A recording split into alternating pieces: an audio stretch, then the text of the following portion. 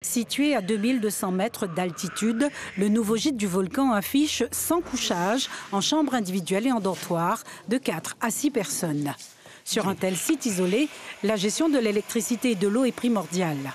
8 mètres cubes d'eau utilisés chaque jour, de l'eau de pluie récoltée en amont et ensuite traitée. Il y avait des travaux qui ont été faits pour faire un captage. Ce captage-là, nous, on s'assure que l'eau soit limpide après plusieurs heures de pluie et de ravinement. Ensuite, on décante, on envoie quand c'est clair dans des réserves. Et ensuite, il y a un système de potabilisation qui a été mis en place par l'ARS pour que ce soit de l'eau potable. Et pour l'instant, la réserve de 670 mètres cubes permet de tenir 2 mois et demi. Pour économiser l'eau et ne pas rejeter du savon dans le parc national, les lessives sont assurées par une entreprise Saint-Pierroise. Et pour l'eau chaude de la douche, c'est 5 minutes chrono. On choisit sa cabine et une fois qu'on est dans sa cabine, on appuie sur le départ et l'eau commence à arriver.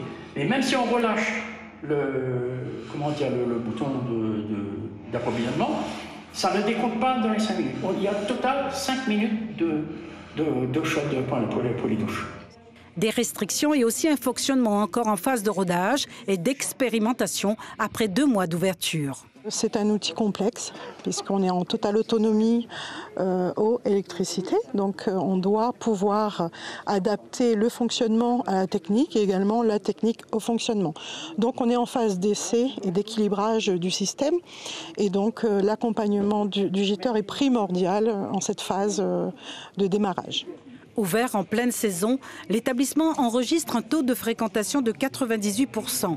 Le succès s'explique sûrement par les prestations offertes, dignes d'un hôtel, ce qui peut porter à confusion chez certains clients un peu exigeants. Eux ne l'étaient pas.